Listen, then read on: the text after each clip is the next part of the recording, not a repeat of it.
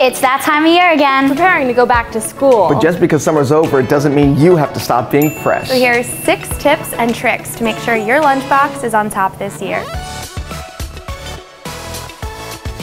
If you're packing soup at 7, but it's cold by 11, here's a tip for you. Preheat your container by pouring boiling water inside and letting it sit for 5 to 7 minutes. How hot is that? Ow! Then your soup should be steaming all morning.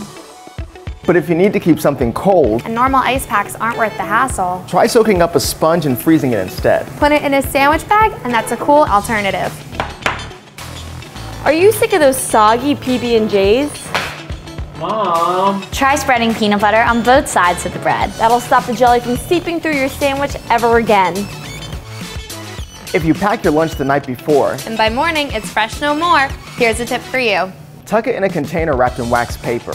Then cover it with a damp paper towel That sandwich should sleep tight. and stay fresh throughout the night. Nobody likes a brown apple. So slice it up and put it in a rubber band. This will hold all the moisture and keep your slices juicy.